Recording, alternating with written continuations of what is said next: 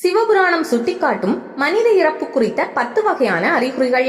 இவ்வுலகில் பிறப்பு என்ற ஒன்று இருந்தால் இறப்பு என்ற ஒன்று நிச்சயம் இருக்கும். பிறப்பை கண்டு மகிழும் நாம் இறப்பை கண்டு அச்சமடைவோம். சாதிக்கும் யாருக்கும் இறக்க வேண்டும் என்ற எண்ணம் இருக்காது. இருப்பினும் நிச்சயம் ஒரு கட்டத்தில் அனைவரும் இறக்க நேரிடும். அதை யாராலும் தடுக்க முடியாது. அந்த வகையில் ஒரு மனிதன் இறக்கும் நிலையை அவனே அறிந்து கொள்ள வேண்டும் என்பதால் மனித இறப்பு சம்பவத்தின் போது நிகழக்கூடிய அறிகுறிகளை சிவபுராணத்தில் குறிப்பிட்டுள்ளனர். அறிகுறி 1. எப்போது ஒருவரது சருமத்தின் நிறமானது வெளிர் மஞ்சளாகவோ அல்லது வெள்ளையாகவோ அல்லது லேசான சிவப்பாக மாற ஆரம்பித்தால் அது அவர் இன்னும் 6 மாத காலத்தில் உயிரை விடப் போகிறார் என்ற அர்த்தமாம். அறிகுறி 2. எப்போது ஒருவனால் அவனது பிம்பத்தின் எதிரொலியை தண்ணீரிலோ அல்லது கண்ணாடியிலோ தெளிவாக காண முடியவில்லையோ அத்தகையவர்களும் 6 மாதத்தில் இறக்கப் போகிறார் என்பதை வெளிப்படுத்துமாம். அறிகுறி 3.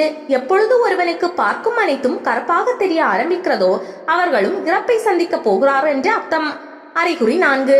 ஒருவரது இடது கை மட்டும் 1 வாரத்திற்கு மேல் துடிக்கவோ அல்லது நடுங்க ஆரம்பிக்கிறதோ அவர்கள் 1 மாதத்திற்கு மேல் உயிருடன் இருக்க போவதில்லை என்று அர்த்தமாம். அறிகுறி 5. ஒருவரின் உணர்ச்சி மிக்க உறுப்புகள் இறுக்கமடைந்து கல் போன்று மாறுகிறதோ அவர்களும் இன்னும் கொஞ்ச மாதத்தில் இறக்கப் போகிறார் என்று அர்த்தமாம். அறிகுறி 6. நிலா, சூரியன் அல்லது நெருப்பின் ஒளியை சரியாக காண முடியவில்லையோ அத்தகையவர்களும் விரைவில் மரணத்தை சந்திக்க போகிறார் என்று அர்த்தம். அறிகுறி 7. எப்போது ஒருவரின் நாக்கு வீக்கமடைந்து ஈறுகளில் சீல் கட்ட ஆரம்பிக்கிறதோ அவர்கள் இவ்வுலகில் நீண்ட நாட்கள் வாழப்போவதில்லை என்று அர்த்தம். அறிகுறி 8. ஒருவரால் வானத்தில் உள்ள நட்சத்திரங்களை காண முடியவில்லையோ அவரும் 6 மாதத்தில் இறக்கப் போகிறார் என்று அர்த்தம். அறிகுறி 9. சூரியன், நிலா மற்றும் வானத்தை பார்க்கும்போது அவை சிவப்பாக தெரிய ஆரம்பித்தால் அத்தகையவர்களும் விரைவில் மரணத்தை சந்திக்க போகிறார் என்று அர்த்தமாம்.